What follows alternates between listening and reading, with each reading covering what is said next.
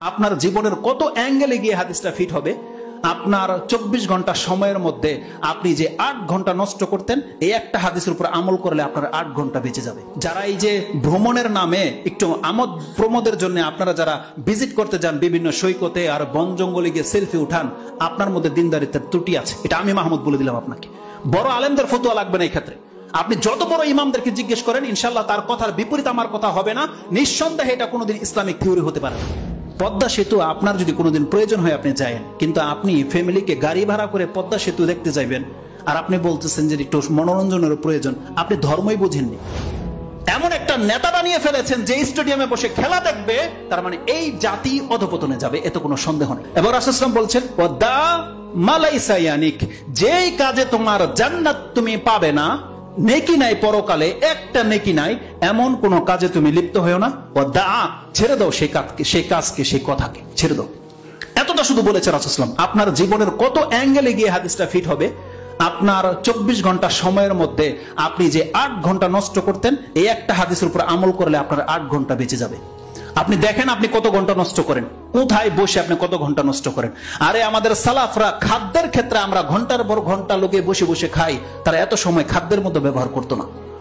আর আজকে আমরা চায়ের হোটেলে বসে, আপনাদের নাকি সময় পাস হয় না। সুবহানাল্লাহ, সময় নাকি পাস হয় না। আমাদের একজন শিক্ষক জালালউদ্দিন কাসেমি, সম্ভবত ওনার বক্তব্যে শুনেছিলাম, কোন এক ফিল্ড মাঠের মধ্যে তিনি দেখছেন পোলাপান ক্রিকেট খেলছে। তিনি সকালে যাচ্ছেন, বিকালবেলা কোন একটা সেমিনার শেষ করে এসে দেখে ওই লোকগুলো তখনও ওই মাঠেই খেলাধুলা করতেছে। তিনি গাড়িটা থামিয়ে দিয়ে বলতেছে যে ওরা কি করে, বলতেছে ওরা টাইম পাস করে। তো তিনি বলতেছেন সুবহানাল্লাহ, ওদের কাছে এত টাইম যে ওরা টাইম খরচ করবে কোথায় জায়গা পায় না। আল্লাহ যদি আমাদের টাইমটা একটু বাড়িয়ে দিত। আমাদের টাইম হয় না আর আপনাদের টাইম শেষ হয় না। এই জন্য আপনারা গেমস খেলেন, এই জন্য আপনারা টিভি দেখেন, চায়ের হোটেলে বসে থাকেন। আমাদের অনেক ভাইয়ারা আছে পদ্মা সেতু দেখতে যায়। আপনার দ্বারা দিন সেফ নয়। পদ্মা সেতু আপনার যদি কোনোদিন প্রয়োজন হয় আপনি যায়েন, কিন্তু আপনি ফ্যামিলিকে গাড়ি ভাড়া করে পদ্মা সেতু দেখতে যাইবেন আর আপনি বলতেছেন যে একটু মনোরঞ্জনের প্রয়োজন, আপনি ধর্মই বুঝেননি। বিনা প্রয়োজনে ঘর থেকে বের হওয়াটা এটা রাসূল সাল্লাল্লাহু আলাইহি ওয়াসাল্লাম পছন্দ করেনি কখনো।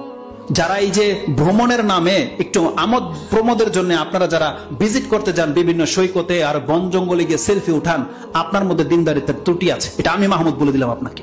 বড় আলেমদের ফতোয়া লাগবে না এই ক্ষেত্রে। আপনি যত বড় ইমামদেরকে জিজ্ঞেস করেন, ইনশাল্লাহ তার কথার বিপরীত আমার কথা হবে না। নিঃসন্দেহে এটা কোনোদিন ইসলামিক থিওরি হতে পারে না।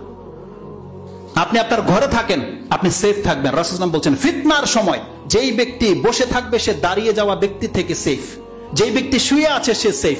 কালকে রাতের ঘটনাই আপনি স্মরণ করেন না কেন, যেই ব্যক্তি ঘরে শুয়েছিলেন সে পাপ থেকে বেঁচে গেছেন, যেই ব্যক্তি জেগেছিলেন তার দ্বারা পাপ হয়েছে।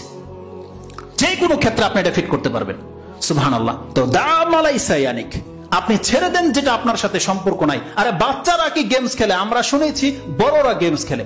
আর সবচেয়ে বড় দুঃখজনক ব্যাপার হচ্ছে যেই রাষ্ট্রের নায়ক স্টেডিয়ামে বসে খেলা দেখে, সেই জাতি কোনোদিন কল্যাণ পেতে পারে না। একটা রাষ্ট্রের নায়ক বোঝে না তার দায়িত্ব কি। এমন একটা নেতা বানিয়ে ফেলেছেন যে স্টেডিয়ামে বসে খেলা দেখবে, তার মানে এই জাতি অধপতনে যাবে, এতে কোনো সন্দেহ নেই।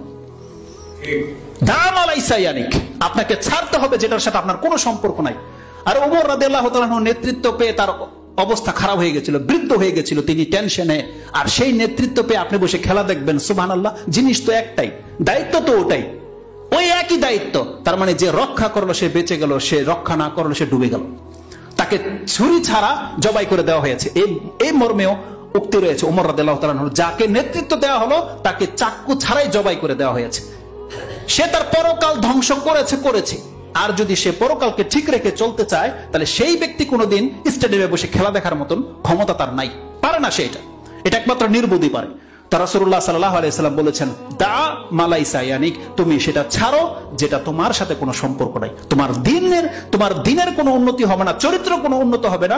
এমন কোনো কাজে যদি তুমি বান্দা লিপ্ত হও, তুমি প্রকৃত অর্থে মুসলিম হইতে পারো নাই। এই কথাগুলো ছিল তাদের কাছে দ্বীনের বুনিয়াদ, মূল।